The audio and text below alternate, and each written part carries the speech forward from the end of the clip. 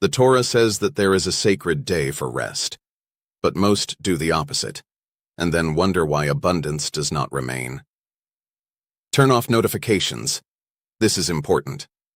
Imagine this scene. It's Saturday morning. You wake up, look at the house and think, I need to clean. You grab the broom, the cloth, the cleaning product, and unknowingly, you are sweeping away along with the dirt something that Kabbalah calls Shefa HaShabbat, the spiritual flow of Shabbat, which is the source of all abundance for the following week. In Jewish tradition, Shabbat, from sunset on Friday to sunset on Saturday, is much more than a day of rest. It is the spiritual root of all prosperity. The Zohar teaches that all the days of the week receive their blessing from Shabbat. All of them. Without Shabbat, the other 6 days remain spiritually empty.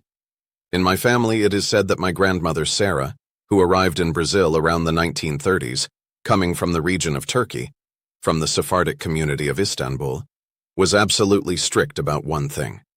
No cleaning on Shabbat. None. The house was cleaned on Friday before sunset, and from the moment the candles were lit, nothing else moved. She would say, on Shabbat, even the dust rests.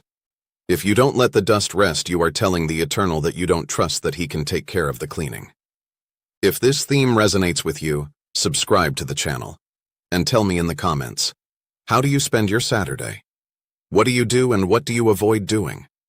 In this video, you will discover 3 things. First, why Shabbat is called Mekor HaBerakah, the source of all blessing, and how disrespecting it directly affects your parnassah. Second, the Kabbalistic principle of Neshama Yetera, the additional soul you receive on Shabbat, and how it connects with prosperity. Third, how to honor the Shabbat practically, even if you do not follow the tradition formally. The fundamental principle is this: Shabbat is not a pause, it is a source. Most people think of rest as an interruption of work, but Kabbalah teaches the opposite. Work is an interruption of rest. The natural state of the soul is menucha, peace, tranquility.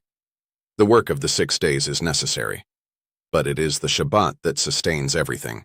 In Kabbalah, the concept of Shefa HaShavua, flow of the week, works like this. On Shabbat, the Eternal sends the portion of spiritual abundance for the entire week that follows. It is like a reservoir that fills up once a week. If you do not allow the reservoir to fill, because you are busy cleaning, working, doing, the following week becomes spiritually depleted. The concept of Neshama Yetera, additional soul, is fascinating. The Talmud teaches that every Friday at sunset, each person receives an additional soul, an extra portion of spiritual consciousness. This soul brings with it an enhanced capacity for perception, gratitude, and connection with the divine. And it is this additional soul that functions as an antenna, capturing the Shefa that will sustain the week. If you are cleaning, rushing, working during Shabbat, the Neshama Yetera finds no space to manifest. It's like having a powerful antenna but covered in interference. The signal exists, but it doesn't come through. When you clean the house on Shabbat, in Kabbalistic language, you are doing something called Mekalel Shabbat, profaning the sacred space. And the profanation is not punishment. It is a consequence. Just like putting your hand in the fire burns not as punishment, but as a natural consequence. Imagine someone like Fernando, self-employed, works 6 days a week, and on Saturday takes the opportunity to do everything he couldn't.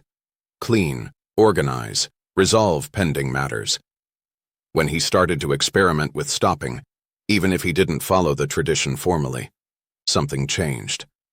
Mondays began to have a different energy. Ideas came with more clarity.